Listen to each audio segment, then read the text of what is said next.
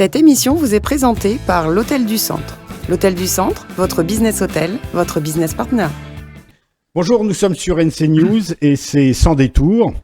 Dans quelques jours maintenant, le 4 octobre, 180 600 électeurs seront convoqués aux urnes pour le deuxième référendum. Une question, voulez-vous que la Nouvelle-Calédonie accède à la pleine souveraineté et devienne indépendante? Et 2 bulletins sur la table, un oui et un non. Un deuxième référendum, en effet, puisque après celui du 4 novembre 2018, l'accord de Nouméa a prévu 3 référendums avec un petit dispositif spécial. En effet, si le oui l'emporte ce 4 octobre, ne serait-ce que de quelques points, la Nouvelle-Calédonie devient indépendante et le processus des référendums s'arrête. En revanche, si ce 4 octobre, le non l'emporte, ne serait-ce que de quelques points, alors un 3e référendum sera organisé l'an prochain ou en 2022. J'apporte cette précision parce que beaucoup d'électeurs s'imaginent que les référendums sur l'indépendance ou non sont un peu conçus comme une finale de basketball avec une première manche, une revanche et une belle, mais c'est pas comme ça que ça se passera. Le rendez-vous électoral se rapproche donc. Nous sommes entrés dans la période de la campagne électorale officielle avec la diffusion le matin en radio et le soir en télévision des messages politiques, ce que l'on appelait autrefois la propagande. Et dans le même temps, les partisans du oui comme les tenants du non multiplient les réunions et les meetings pendant que les médias organisent émissions face à face et débats. Bref, la campagne fait rage. Et nous aussi, sur NC News, nous allons évoquer ce deuxième référendum en compagnie de nos invités puisque nous accueillons Mathias Chauchat, Pierre Breténier, Ismet Kurtovic et Didier Leroux. Merci à tous les 4 d'être avec nous. Vous êtes des observateurs attentifs de la vie politique et parfois même engagés. Et par divers médias et supports, vous faites part de vos analyses et de vos observations. C'est d'ailleurs vos réflexions que nous allons mettre aujourd'hui à contribution pour nous éclairer sur ce référendum et ses enjeux. Alors, un mot tout d'abord sur la campagne et sur la manière dont elle se déroule. On parle de climat tendu, voire de radicalité. Alors, avez-vous le sentiment, les uns et les autres, qu'en effet, cette campagne se déroule dans un climat radical et tendu? Qui commence? Bon, Didier. je vais commencer. Ce qu'on constate, c'est que on entend de plus en plus de gens dire, notamment chez les indépendantistes, si vous êtes kanak, vous devez voter oui. Et donc, ce vote oui, cette accession à l'indépendance, est de plus en plus présenté comme étant une revanche à prendre sur la colonisation. Et évidemment, ça fait appel à un raisonnement passionnel. Et je pense que ça fait appel aux tripes et que je pense que quand on est kanak, peut-être qu'effectivement, on ressent ça comme une nécessité. Maintenant, je crois que la raison devrait l'emporter. C'est-à-dire que moi, je souhaite que on revienne à des arguments plus rationnel que passionnel. Parce que, je veux dire, on est dans un contexte où le lendemain d'une victoire du oui, il sera trop tard effectivement pour se dire qu'on s'est trompé. Et ce que vous avez dit en introduction me laisse penser que quand on est hésitant, il faut voter non parce que ça vous laisse un peu le temps de réfléchir. Donc, un climat passionnel plutôt que radical et tendu. Plutôt qu'un climat rationnel. D'autres commentaires? Ismet. La forme que prend la campagne électorale, il y a des choses assez originales et un peu nouvelles, quoi. Hein. On voit beaucoup de drapeaux sur les ponts, des défilés de pick-up, mais ce qui est surtout nouveau et qu'on a du mal à appréhender finalement, c'est qu'il y a une sorte de campagne pas souterraine, mais dans les réseaux. Et celle-là, elle échappe à l'observation d'ensemble, hein, puisque nous, on voit surtout la campagne dans les médias de grand public. Et dans les réseaux, on ne la voit pas. Donc, c'est difficile de mesurer les tendances, ce qui se passe sur les réseaux. Et aussi, il y a une campagne qui se fait de proximité.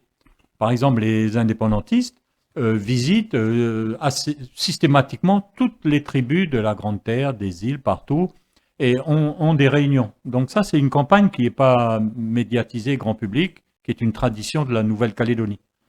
Mais dans l'ensemble, on peut dire que dans la forme de l'expression de la campagne, les choses se passent globalement bien.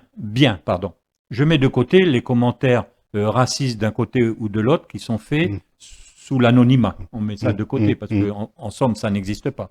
Hein. Donc, on peut considérer que dans la forme démocratique, la démocratie calédonienne tient le coup.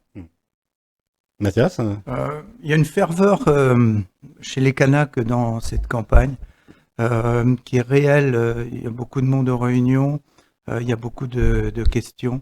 En fait, il faut comprendre l'importance historique du moment parce que toutes les générations en Nouvelle-Calédonie n'ont pas eu la chance de pouvoir s'exprimer à un moment sur l'indépendance de leur pays.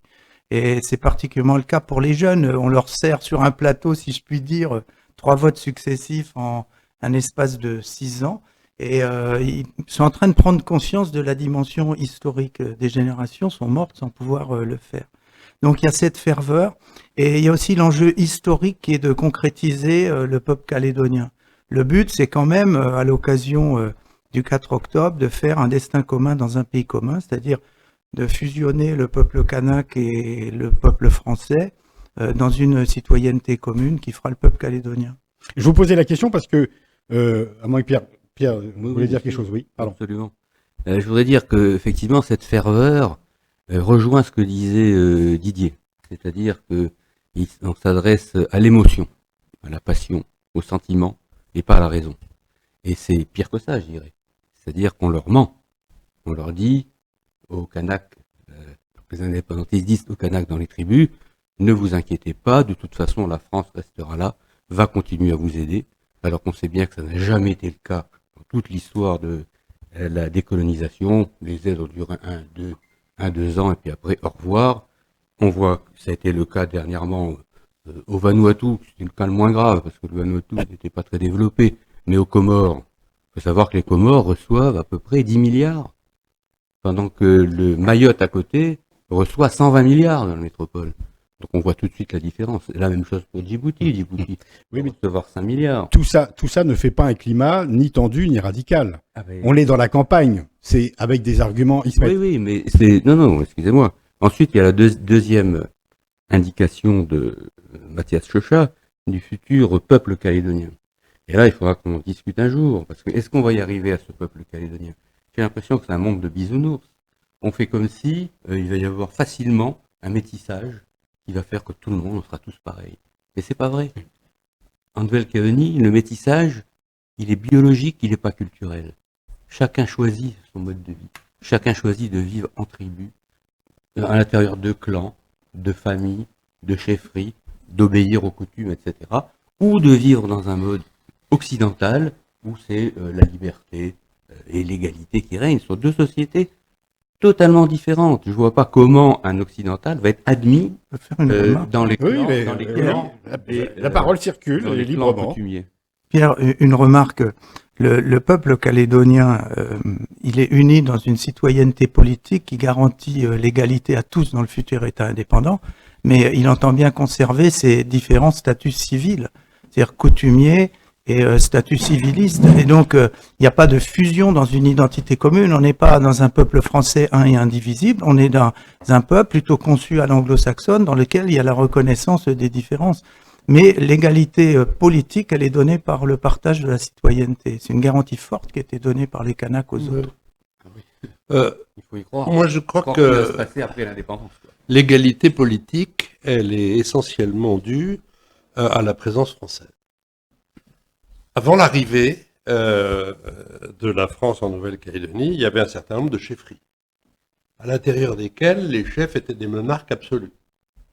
On ne pouvait pas passer d'une chefferie à l'autre sans aller faire la coutume et demander la permission de s'installer sur des terres qui ne vous appartenaient pas.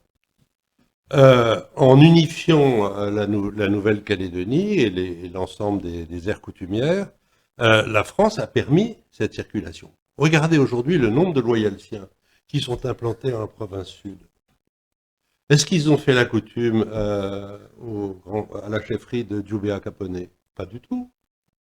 Et je pense que ce sentiment-là, on commence à le sentir bouger, notamment dans la position de dynamique autochtone à Marais, qui est une position qui est liée à la politique ou au programme du FLNKS par rapport à l'ambition des chefferies, sans doute de retrouver à travers l'indépendance une autorité qu'ils avaient perdue. Donc, je pense que c'est quelque chose qu'on commence à voir venir. Moi, que je viens des îles, j'ai fait campagne aux îles, à Marie et à Lifou à 2 reprises, et on m'en a parlé. Ismet. Oui, je voudrais revenir sur ce que disait Mathias. Quand il y a des réunions, les gens posent des questions. Et tous les observateurs, les participants aux réunions, disent bien que les questions ne portent pas de savoir si on va élire le président de la République au scrutin indirect, comment va être composée la commission, la Constitution, etc. Non, pas du tout. Les gens posent des questions sur leurs conditions matérielles de vie dans tous ces domaines. Ce que je dis là est un fait avéré, ça n'est pas une opinion. C'est la majorité des questions. Et ce questionnement, il a une rationalité politique. Laquelle? Rappelons-nous, il y a 40 ans, il y a 30 ans, pourquoi les accords de Matignon, les accords de Nouméa, et d'autres d'ailleurs, ont pu se faire et ont été faits par les dirigeants indépendantistes qui l'ont dit? Eh bien, pour des raisons économiques. Le substrat de ces accords, et il y a la réponse célèbre de Jean-Marie Tjibaou au congrès d'Yingen à Yann Séléné Uregei qui lui reprochait de ne pas avoir signé l'indépendance à Matignon. Donc, il y a la volonté de doter la Nouvelle-Calédonie non seulement de meilleures structures de production économique, ce qu'on a appelé les usines, et aussi d'améliorer au quotidien, au jour le jour, les conditions de vie et les infrastructures. De ce point de vue-là, le bilan est extraordinairement positif, et d'ailleurs il a été souligné par M. Poigoun, qui sait de quoi il parle parce qu'il sait d'où il vient en tant que militant, et qui a dit « nous avons obtenu des choses extraordinaires ». Et c'est vrai pour que celui qui se rappelle la Calédonie des années 70, qu'il ne faut pas caricaturer d'ailleurs, mais tout de même, comparé à aujourd'hui, l'écart des richesses est moins grand, les conditions de vie du peuple sont meilleures, c'est pas le jour et la nuit, encore une fois, faut pas...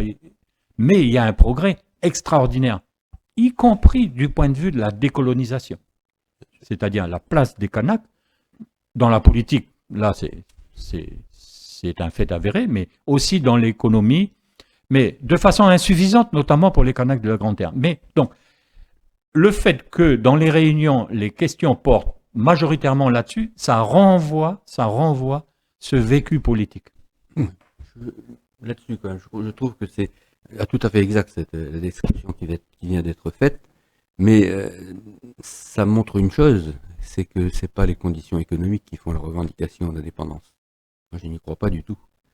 Et la preuve en est, c'est qu'il n'y a pas une modification dans le corps électoral, c'est-à-dire que malgré tous les progrès économiques, malgré tout ce qui a été fait en faveur des Kanaks, que ce soit le rééquilibrage économique, la construction de logements sociaux, les hôpitaux, les dispensaires, les écoles, la culture kanak mise en avant par l'accord de Nouméa, etc. Tout ça, ça n'a pas fait bouger le corps électoral. Et dans la campagne qui se fait, c'est l'inverse. C'est-à-dire qu'on pose d'abord qu'il faut l'indépendance, et ensuite on cherche par des arguments qui sont souvent des mensonges, on dit, ah ben, vous verrez, vous posez telle question, mais vous verrez, on va vous prouver que l'indépendance c'est pas viable, qu'on ne va pas s'appauvrir, que la France va continuer à nous aider, que le nickel c'est la panacée qui toujours fera Calédonie un pays riche. C'est-à-dire, ça vient, le raisonnement économique vient après. Moi j'ai parlé des questions, pas des réponses. Oui. Oui, Qui sont apportées aux gens. D'accord, moi je parle des réponses. J'ai compris. Je confirme que on parle beaucoup de ça dans les réunions, mais c'est un élément qui montre qu'il y a des moments de rationalité dans le débat. Mais la réponse, elle est que quand on fait une indépendance qui est préparée, discutée, partagée et réussie, il n'y a jamais d'effondrement des moyens. L'argent de la coopération remplace très vite l'argent de la France.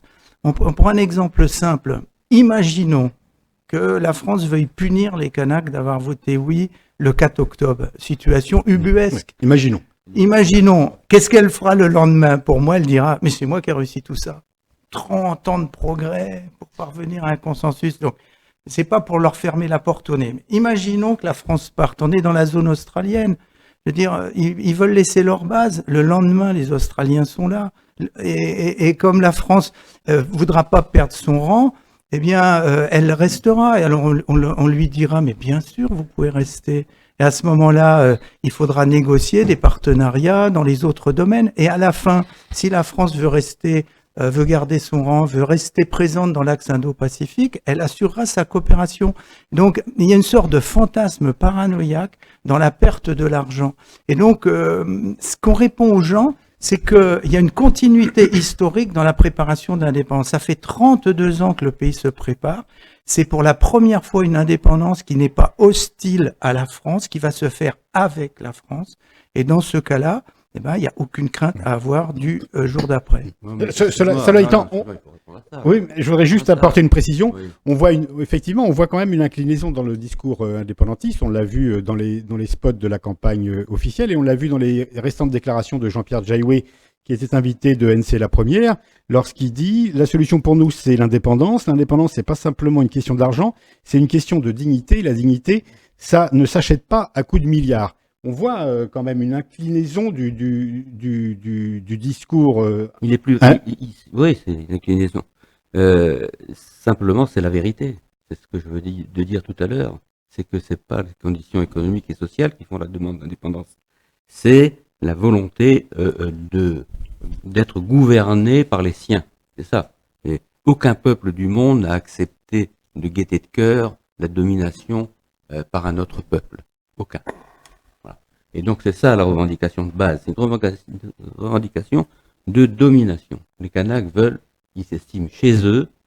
Oui, mais ça permet aussi de ne pas répondre aux questions dont ils se mettent parler tout à l'heure. Après, donc, on va chercher des tas de raisons, comme vient de faire Mathias, ne vous inquiétez pas.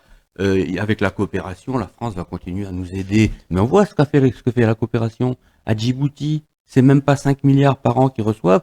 Et en plus, quand il y a 3000 militaires, une base de 3000 militaires, la base qui resterait peut-être en Calédonie avec une indépendance, vous savez ce qui se passe, c'est que la France dit, je veux bien vous aider, à condition d'installer mes 3000 militaires, mais en plus, tous les impôts qui sont payés à Djibouti viennent en déduction des aides que je vous apporte.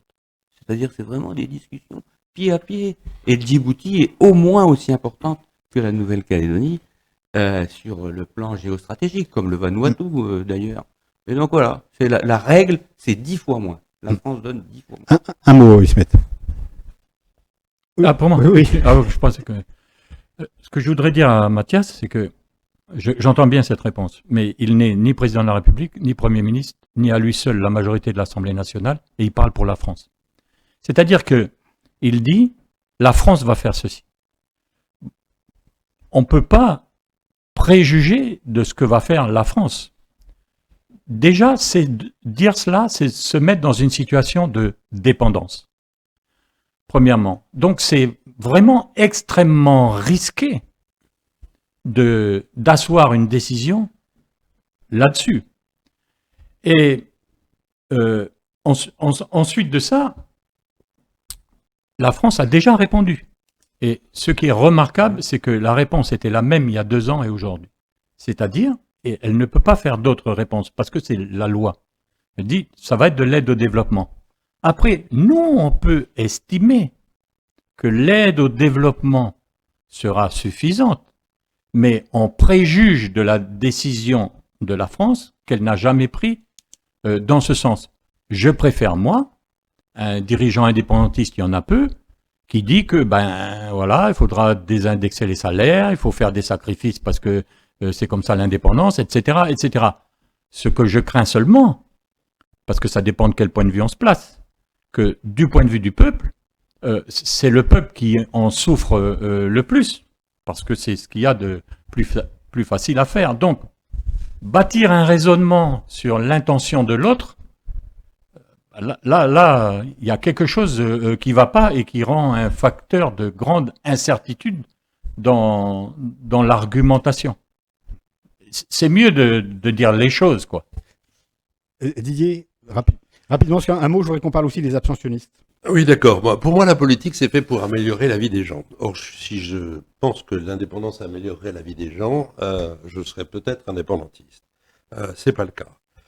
J'ai entendu la réflexion de Mathias. En fait, l'indépendance, d'après lui, consisterait éventuellement à changer de dépendance. Moi, j'en veux pas. Je suis très content avec la France. Qu'est-ce qu'elle nous enlève? Rien du tout. Qu'est-ce que son départ amènerait? Sans doute un grand changement dans notre vie. J'ai entendu dans mes réunions un Mélanésien de l'IFU me dire ouais, vous comprenez, nous on en a assez, ça fait 160 ans que la France est là, et nous les Kanaks, on est toujours en dessous. Je lui ai dit mais je vais vous répondre deux choses. D'abord, c'est pas tout à fait vrai, parce que les Kanaks qui ont fait des efforts et qui ont fait des études supérieures, etc., se retrouvent souvent au-dessus. Je prends l'exemple de Dominique Kachawa, qui est le président de la SLN. Et deuxièmement, je lui ai dit, mais de toute façon, vous serez toujours en dessous, mais pas en dessous des mêmes. Si l'indépendance arrive, vous serez en dessous des élus indépendantistes, peut-être d'un certain nombre d'autres, et je pense qu'il y aura un certain nombre de garanties dont vous bénéficiez aujourd'hui qui seront plus disponibles. Alors, un mot sur les abstentionnistes, parce qu'effectivement, en 2018, le 4 novembre, la participation au référendum a été historique. Moi, ça m'étonne pas beaucoup, mais il y a eu aussi une forte abstention. Il y a eu plusieurs dizaines de milliers de personnes qui ne sont pas allées voter. Et on a toujours dit que le vote du 4 octobre prochain pourrait se jouer sur les abstentionnistes. Est-ce que, selon vous, c'est vraiment la clé? C'est-à-dire que celui des deux camps qui parviendra à convaincre le plus de ces abstentionnistes de 2018 pourrait l'emporter? Mathias. La clé, c'est d'abord la conviction. Parce que quand vous faites changer le vote d'une personne, vous en gagnez deux, si je puis dire. Il y en a un de moins dans l'autre camp et un de plus dans votre camp. Donc la clé, c'est la conviction. Ensuite, il y a des réserves d'abstention. Ces réserves, elles sont largement dans le camp indépendantiste. Et c'est pas un fait partisan, c'est la réalité. Les quartiers qui ont le moins voté, c'est la banlieue nord de Nouméa, les quartiers nord. Et à l'intérieur des quartiers nord, c'est les quartiers les moins intégrés. Dedans, vous avez les squats et c'est les îles. Alors la question des îles loyauté est assez largement surmontée maintenant par le phénomène des bureaux délocalisés. Et puis il y a une mobilisation très importante aux îles. N'exagérons pas le poids du seul grand chef du district de Guama à Maré. Les îles vont voter. Donc il y a des éléments qui montrent que la réserve indépendantiste est là, mais il faut garder une très forte mobilisation parce qu'effectivement, plus de 80% de taux de participation, c'est difficile à atteindre sur des scrutins qui deviennent réguliers. Mais voilà les éléments. Après, il faut jamais perdre de vue que les Kanaks ne peuvent pas gagner seuls. C'est-à-dire qu'ils sont légèrement minoritaires dans le corps de sortie. Donc, ils ont confié finalement aux autres, la colonie de peuplement qui a été légitimée, la clé de leur propre émancipation. Et donc, ils doivent convaincre les autres, une part suffisante des autres, de venir dans un processus apaisé d'indépendance. Et si la bascule se fait, eh bien, elle se fera sur peut-être des petites marges. Et ensuite, je rappelle que l'idée, c'est de préparer le partenariat avec la France et la Constitution pour le soumettre cette fois au référendum du peuple calédonien, donc il sera amené cette fois sur une base beaucoup plus large à préparer l'avenir et le grand saut qui se fera au bout des 3 années de la période de transition. Oui. Ce que vient de dire Mathias, c'est le schéma avant les événements des années 70. Et que, précisément, dans l'idéal, en somme, l'accord de Nouméa est rédigé de telle sorte que il y a une dynamique politique, il y a des choses qui se font, et dans l'aboutissement, il y a une forme de majorité qui est favorable, soit à l'indépendance, soit à rester dans l'ensemble constitutionnel français. C'est ça le schéma. Pourquoi? Parce que, à l'issue des événements, le compromis est politique est passée sur la base de la population intéressée de l'ONU, qui a été déterminée, 20 ans de résidence, etc., etc. Donc, c'est ça le sens politique de l'accord de Nouméa. Mais c'est vrai que la campagne électorale a une tonalité, en somme, pré-événement des années 70. Ce que vient de dire Mathias. Il y a le peuple kanak, entre parenthèses, il n'y a pas tout le peuple kanak, mais bon, il y a une grande majorité du peuple kanak, et un petit peu des autres, et de ça fait juste un petit peu de 50%, et puis c'est bon. Ce schéma-là, c'est pas ce schéma qui est envisagé. Ensuite, de dire que si le oui passe, après, c'est 100% des gens qui vont décider, ben non, justement. Parce que sinon, c'est pas le référendum tel qu'il est fait. C'est simplement ceux qui choisiront la nouvelle nationalité. C'est normal, c'est la loi, c'est ça qui est prévu. Donc, voilà, il y a vraiment ces deux schémas qui ont été posés. Et la question est de savoir comment on réussit à, comme a dit le président Ouamitan d'ailleurs, à faire tout de même les choses ensemble. Merci à tous les quatre. Quatre, puisque Pierre s'est écarté un moment. Merci à tous les quatre de vos avis et éclairages sur cette question du référendum. Et rendez-vous le 4 octobre. Hôtel du Centre, bien plus qu'un simple hôtel.